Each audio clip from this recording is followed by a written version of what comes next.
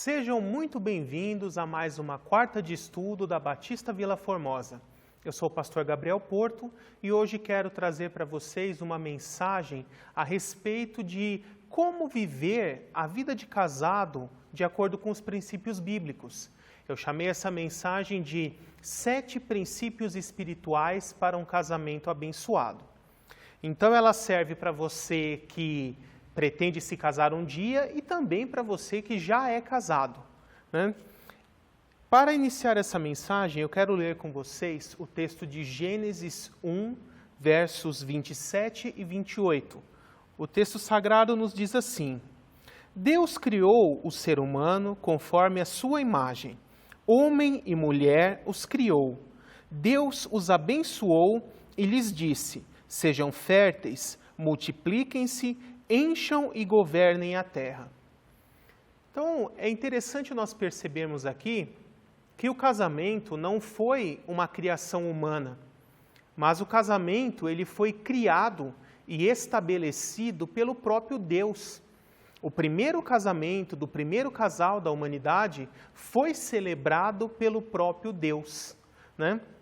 E ainda a esse respeito, vamos ver como ocorreu esse primeiro casamento. Gênesis 2, versos 18 a 24, nos diz assim: Então o Senhor Deus declarou: Não é bom que o homem esteja só. Farei para ele alguém que o auxilie e lhe corresponda. Depois que formou da terra todos os animais do campo e todas as aves do céu, o Senhor os trouxe ao homem, a Adão, o primeiro homem, para ver como este lhes chamaria. E o nome que o homem desse a cada ser vivo, esse seria o seu nome. Assim, o homem deu nomes a todos os rebanhos domésticos, as aves do céu e todos os animais selvagens.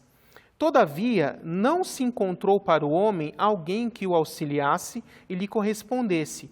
Então o Senhor Deus fez o homem cair em um profundo sono, e enquanto este dormia, tirou-lhe uma de suas costelas, fechando o lugar com carne. Com a costela que havia tirado do homem, o Senhor fez uma mulher e levou até ele. Disse então o homem: Esta sim é osso dos meus ossos e carne da minha carne. Ela será chamada mulher, porque do homem foi tirada. Por essa razão, o homem deixará pai e mãe e se unirá à sua mulher, e eles se tornarão uma só carne. Então, olha que interessante. Deus, quando cria os animais, ele já cria todos com macho e fêmea. E por que ele já não fez isso de imediato com o próprio ser humano? Deus sempre soube que o homem precisaria ter uma mulher para lhe complementar. Mas ele quis esperar o próprio Adão perceber isso. Então, primeiro ele leva todos os animais a Adão, macho e fêmea, e Adão vai dando nomes a cada um desses animais. E nesse processo ele vai percebendo que todos os animais da criação têm o macho e a fêmea para conviverem. Mas ele próprio não tinha alguém para lhe corresponder. E sentindo essa falta, essa tristeza, o próprio Adão chega à conclusão de que precisava também de alguém para lhe corresponder. E nesse momento, então, que Deus coloca Adão num sono profundo, lhe tira uma das costelas e, a partir desse material, faz a Eva, que em termos modernos a gente poderia dizer que era um clone do Adão, só que fêmea. Assim que Deus cria a primeira mulher. E é até interessante que a própria ciência comprova isso, porque o ser humano do sexo masculino, o homem, ele tem ali no seu DNA o X e o Y. Já as mulheres só têm o X. Então, seria impossível geneticamente criar um homem a partir de uma mulher, mas é perfeitamente possível criar uma mulher a partir de um homem, porque na genética o homem tem as duas partes do DNA, Mas isso é só um detalhe. Mas perceba então que Deus faz esse primeiro casamento, unindo o casal e os colocando para serem férteis. E olha que interessante. que da costela? Né? Por que Deus poderia tirar de qualquer outro lugar uma parte do material genético de Adão, mas resolve tirar da costela? Né? Existe um comentário judaico do Antigo Testamento, já bem antigo, chamado Talmud, e que ele tem uma citação a esse respeito que eu acho muito bonita. Ele diz assim: a mulher foi tirada da costela para ficar ao lado do homem. Não foi tirada da cabeça para não estar acima dele, nem dos pés para não ser pisada, mas debaixo do braço para ser protegida e perto do coração para ser amada. É uma citação muito bonita isso. Então, por que tirada aqui do lado? Porque a mulher deve ficar do lado do marido, não acima nem abaixo, né? Perto do coração para ser amada, debaixo do braço para ser protegida. Acho muito bonita essa citação. Então, Deus fez a mulher para complementar o homem e vice-versa. Não é bom que nenhum dos dois viva só. É muito importante e saudável para o ser humano viver em um formato de famílias, e isso começa com um casal se casando, com os cônjuges convivendo junto. E até já entrando um pouco na psicologia, né, se você estudar um pouquinho, você vai descobrir que existem 4 tipos básicos de temperamento. Né? Desde os antigos gregos já tinham começado esse estudo e mais recentemente ele foi mais ampliado. Né? Depois você pode pesquisar, é o colérico, sanguíneo, fleumático e melancólico. Cada pessoa do mundo vai ter um desses 4 temperamentos como principal e um dos 3 que sobrou como secundário. Né? Então, fazendo 4 vezes 3, existem 12 tipos de temperamentos possíveis no mundo. Todas as pessoas do mundo vão ser de um desses 12 tipos. E eles se contrapõem. Alguns são opostos e outros são parecidos.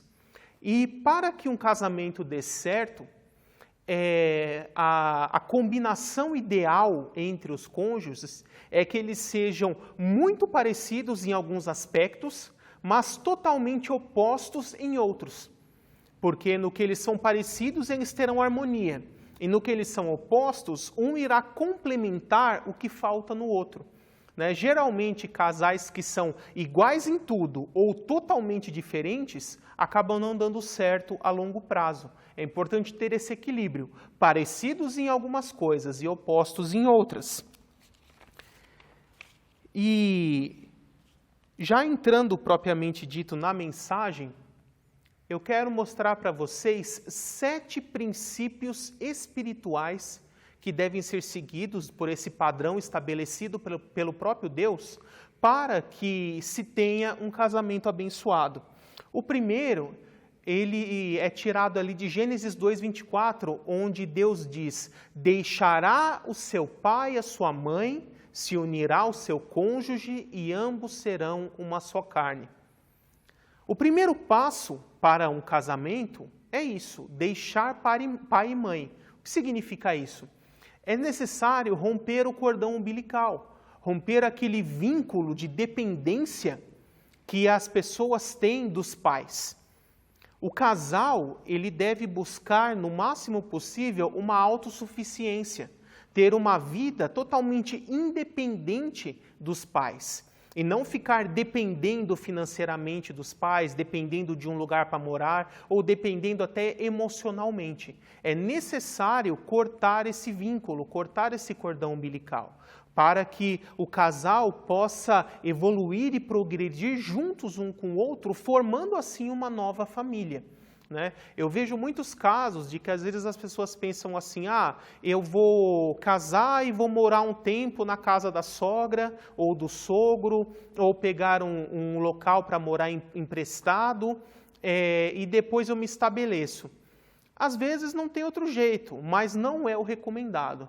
O recomendado é que o casal se prepare, né, inclusive financeiramente, e possa ter um local só seu, seja alugado ou seja comprado, onde eles possam, de forma independente e autônoma, poder se sustentar e viver naquele local, sem depender de terceiros, principalmente dos pais, ou do noivo ou da noiva. Porque certamente se ficar no mesmo ambiente em que outro já é a autoridade naquele local, gerará conflitos entre o casal.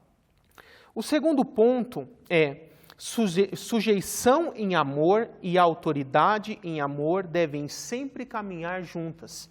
Para exemplificar esse princípio espiritual, vou ler para vocês Efésios 5, versos 21 a 31, que diz o seguinte: sujeitem-se uns aos outros por temor a Cristo. Mulheres, sujeitem-se cada uma a seu marido, como ao Senhor, pois o marido é o cabeça da mulher, como também Cristo é o cabeça da igreja, que é o seu corpo, do qual ele é o Salvador. Assim como a igreja está sujeita a Cristo, também as mulheres estejam sujeitas a seus maridos. E maridos, amem cada um a sua mulher, assim como Cristo amou a igreja e entregou-se por ela. Da mesma forma, os maridos devem amar cada um a sua mulher como a seu próprio corpo. Quem ama a sua mulher, ama a si mesmo. Além do mais, ninguém jamais odiou seu próprio corpo. Antes, o alimenta e dele cuida, como também Cristo faz com a igreja. Então é importante nós entendermos que Deus estabeleceu princípios espirituais. E nesses princípios, Deus colocou o homem, o marido, como o líder da família. Mas essa liderança nunca pode ser uma liderança imposta ou opressora. Ela tem que ser uma liderança sempre exercida em amor. Então Deus confiou ao homem a responsabilidade de ser o líder do seu lar. Não só financeiramente, mas também do ponto de vista da estabilidade emocional, de ser o líder espiritual do seu lar, de prover instrução aos seus filhos, à sua esposa, também de levá-los aos caminhos do Senhor e também, lógico, financeiramente. As esposas podem trabalhar desde que queiram, não são obrigadas a isso. Mas, primariamente, a responsabilidade de sustentar o lar sempre vai recair sobre o marido. Essa é uma das responsabilidades que Deus atribuiu ao homem. E todo homem que negligenciar essas responsabilidades será responsabilizado por Deus, mais cedo ou mais tarde. Nós vemos hoje, é muito comum maridos negligenciarem o seu papel de líder do lar, de provedor, de pai, e isso torna o lar e a família totalmente desajustado, desequilibrado, fora dos padrões que Deus estabeleceu, e tem consequências negativas. Da mesma forma, a mulher, embora esteja livre para trabalhar, primariamente recai sobre ela a responsabilidade de cuidar dos filhos. Hoje é muito comum nós vemos isso sendo terceirizado para avós, para tios, para funcionários, empregados ou escolas, e as consequências disso são negativas, porque Deus estabeleceu princípios, valores a serem aplicados. E é importante entender aqui o que significa a ideia submissão. Submissão é estar debaixo dentro da mesma missão. Então, a família tem uma missão dada por Deus. Dentro dessa missão, o homem é o líder, mas a mulher está numa subliderança logo abaixo do marido, como sendo o presidente e o vice-presidente de uma empresa, de uma corporação. E assim, ambos têm que estar trabalhando juntos para o cumprimento dessa missão, cada um exercendo o seu papel. Isso é submissão. É estar debaixo de uma autoridade, mas dentro da mesma missão.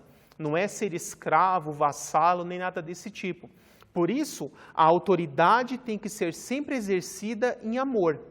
E assim o casal poderá prosseguir de forma harmônica. O outro princípio que eu quero falar a respeito com vocês, o princípio 3 diz: a convivência matrimonial exige empenho, responsabilidade e renúncia.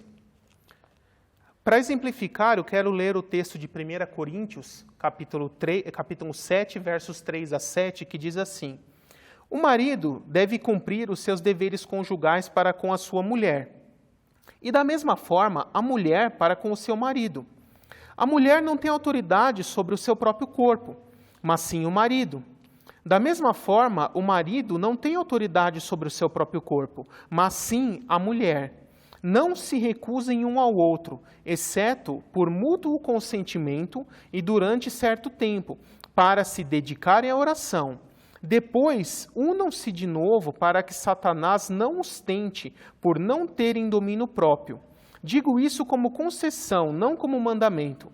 Gostaria que todos os homens fossem como eu, mas cada um tem o seu próprio dom da parte de Deus, um de um modo, outro de outro. Então perceba que aqui, embora a ênfase do texto seja mais na área sexual, essa frase-chave, não se neguem um ao outro, ela pode ser aplicada em todas as áreas da vida. Um cônjuge não pode se negar ao outro, seja sexualmente falando, seja negar o seu carinho, a sua atenção, negar o seu tempo, negar momentos de conversa. Enfim, todas as áreas da vida têm que ser compartilhadas pelo casal. E eu vejo muito comum casais brigando e se negando uns aos outros nessas áreas, né?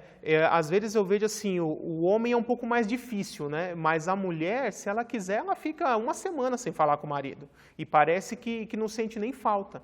Então, não usem esse tipo de recurso para tentar vencer uma briga, uma discussão ou algum tipo de retaliação contra o cônjuge. O princípio bíblico é: não se neguem um ao outro, em qualquer área da vida. O ponto 4 diz assim: a intimidade nunca deve produzir falta de respeito ou libertinagem. Limites são necessários. Para ilustrar essa realidade, eu quero ler para vocês o texto de 1 Pedro, capítulo 3, versos 1 a 7, que diz assim: mulheres, sujeitem-se cada uma a seu marido. A beleza de vocês não deve estar nos enfeites exteriores, como cabelos trançados e joias de ouro ou roupas finas. Ao contrário, esteja no seu interior, que não perece, beleza demonstrada num espírito dócil e tranquilo, o que é de grande valor para Deus. Do mesmo modo, vocês, maridos, sejam sábios no convívio para com as suas mulheres e tratem-nas com honra, como a parte mais frágil. Na Almeida diz como vaso mais frágil, e co-herdeiras do dom da graça da vida, de forma que não sejam interrompidas as suas orações. Então isso é muito comum no casal. Quando o casal acaba de se casar, por ainda não terem intimidade, eles têm mais restrições. Então, por exemplo, às vezes o casal tem vergonha de um ficar, se despir na frente do outro, trocar de roupa na frente do outro, né, e coisas desse tipo. Depois, com o tempo, isso vai mudando, o casal vai convivendo, vai adquirindo intimidade. Mas é muito importante que essa intimidade não seja exacerbada. É necessário manter o respeito, manter a privacidade de cada um. Cada casal é diferente nesse aspecto. Uns têm uma tolerância maior quanto a isso, outros menos. Mas a palavra-chave aqui é respeito. Sempre mantenha o respeito. Nunca force o cônjuge a ser colocado numa situação que para ele é vexatória, humilhante e que ele não se sente bem, não se sente confortável naquela situação. Deve-se ter intimidade, sim, mas sempre mantendo o respeito e a harmonia dentro do casal. Isso é mais um princípio importante a ser seguido. O quinto princípio espiritual para um casamento abençoado que eu quero passar para vocês, eu coloquei o título de Não se ponha o sol sobre a sua ira, né? Sobre a sua ira, baseado ali em Efésios 4. Mas antes eu preciso explicar aqui um conceito. O primeiro casal, quando foi criado, ainda não tinha pecado. Eles eram totalmente perfeitos. Então, já existia naturalmente uma harmonia entre o casal. Mas depois, quando Adão e Eva caíram no pecado, a natureza deles foi corrompida. E nesse estado de corrupção, agora eles são degenerados, depravados, tendenciosos ao mal.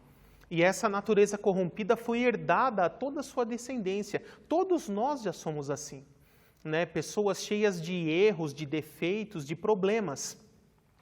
E um dos aspectos de como se manifesta a natureza corrompida no casal, o próprio Deus advertiu como seria lá em Gênesis 3. Gênesis 3, verso 16, ele diz assim: a mulher declarou: multiplicarei grandemente o seu sofrimento na gravidez. Com o sofrimento você dará luz a filhos. Agora, olha a segunda parte que é a mais importante. Seu desejo será contra o seu marido, mas ele a dominará.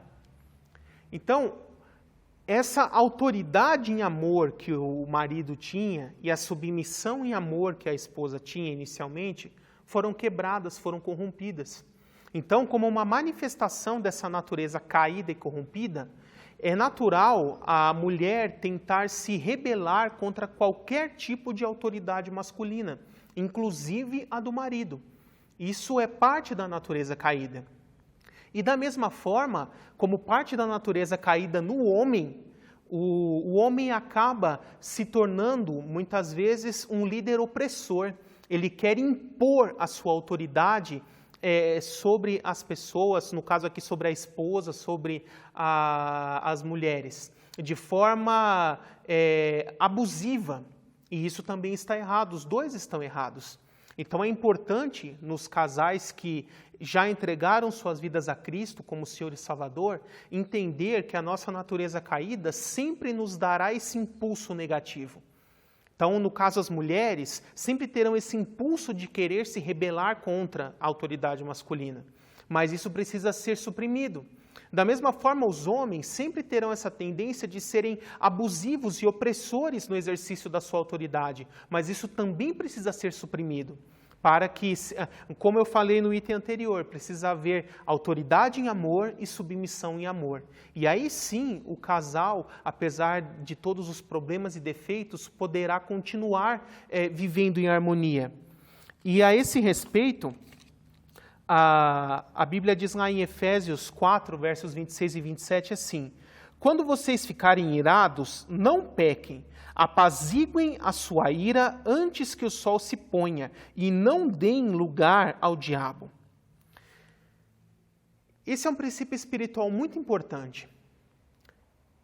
Eventualmente ocorrerão brigas, discussões e os cônjuges ficarão bravos uns com os outros, ficarão irados uns com os outros.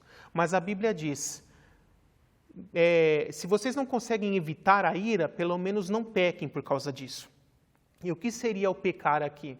É você permanecer irado por muito tempo, você guardar mágoa no seu coração, você guardar rancor.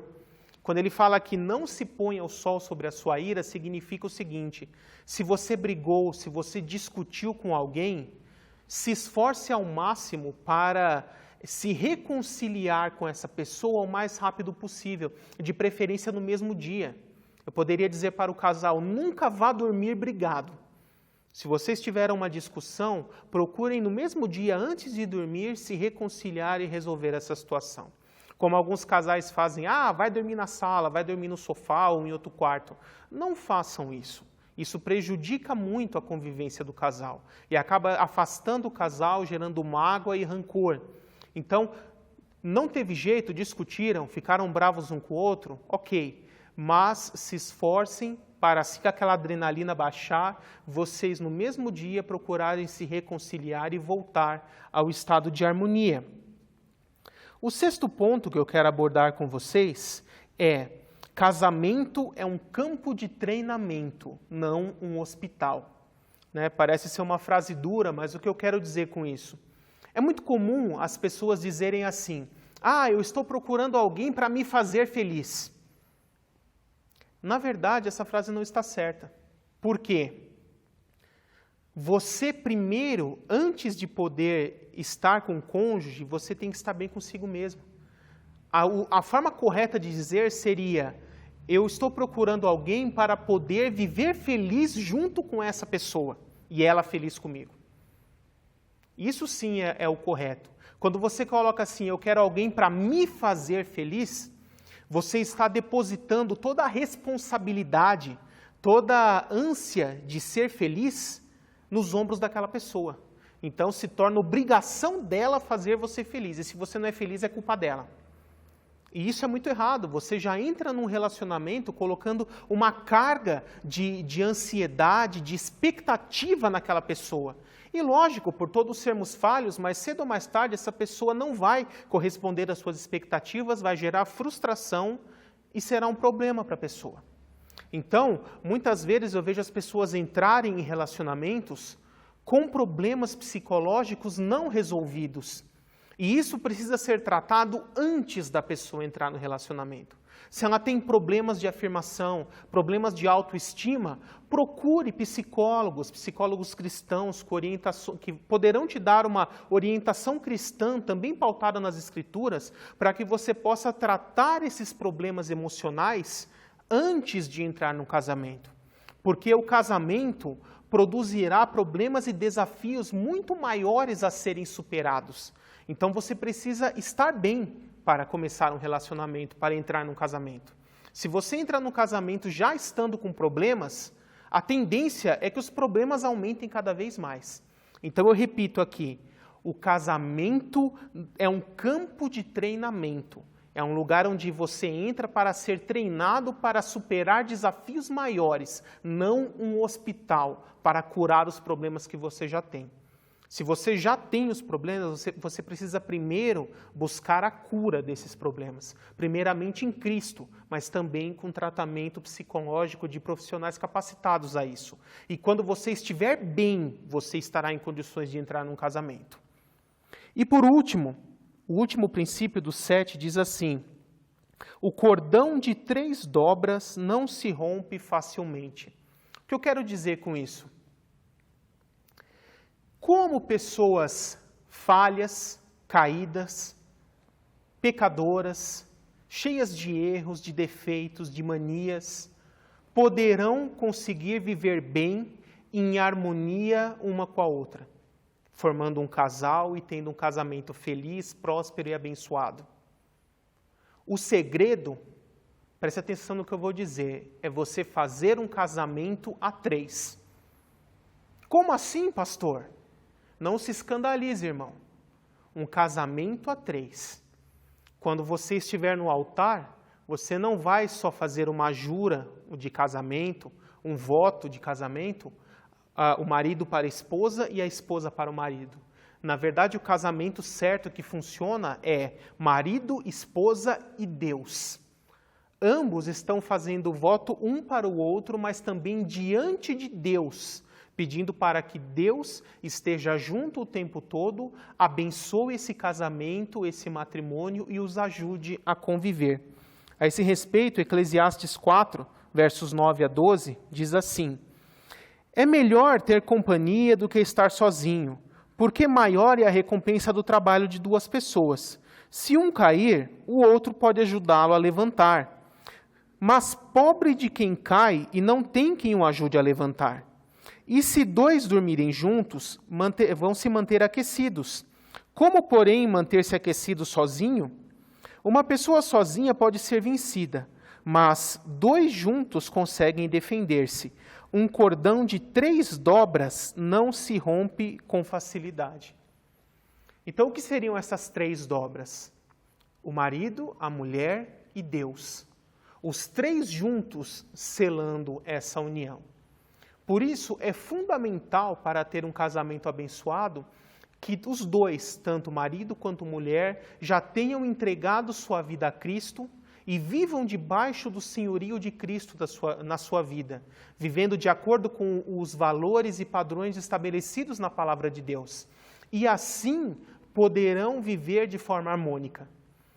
Na grande maioria dos casos, um casamento em que só um dos 2 é um cristão e o outro não, está fadado a não dar certo. O próprio apóstolo Paulo, lá na sua carta aos Coríntios, vai dizer que não pode haver comunhão entre luz e trevas e que nós cristãos não devemos nos colocar em julgo desigual. Julgo desigual é exatamente isso, pessoas com fé diferentes se casarem, porque aí os valores de um não serão os valores do outro, os princípios de um não serão os princípios do outro. O que um acha errado, o outro acha normal. E assim, a pessoa vive em julgo desigual e acaba não tendo um casamento feliz e abençoado. Então, esse último princípio eu posso dizer que é o mais importante de todos e será a base para todos os outros. Um casamento abençoado tem que ser uma união selada a 3. Marido, esposa e Deus. Porque o cordão de 3 dobras não se rompe com facilidade. Eu espero que estes 7 princípios espirituais tenham sido edificantes na sua vida, importantes para você e que você possa colocar em prática no seu casamento. Também você que tem a expectativa de vir a se casar, já entenda esses princípios e eu vou recapitular rapidamente cada um deles. 1. Deixará o seu pai e a sua mãe. Busque uma vida autônoma. 2. Sujeição em amor e autoridade em amor devem sempre caminhar juntas. 3. A convivência exige empenho, responsabilidade e renúncia. 4. A intimidade nunca deve produzir falta de respeito. É necessário se ter um limite. 5. Não se ponha o sol sobre a sua ira. 6. O casamento é um campo de treinamento, não um hospital. E por último, 7, o verdadeiro casamento tem que ser feito a 3. Marido, mulher e Deus. Um cordão de 3 dobras não se rompe facilmente. Espero que essa palavra tenha sido edificante para a vida de vocês. Que Deus abençoe a todos e até a próxima.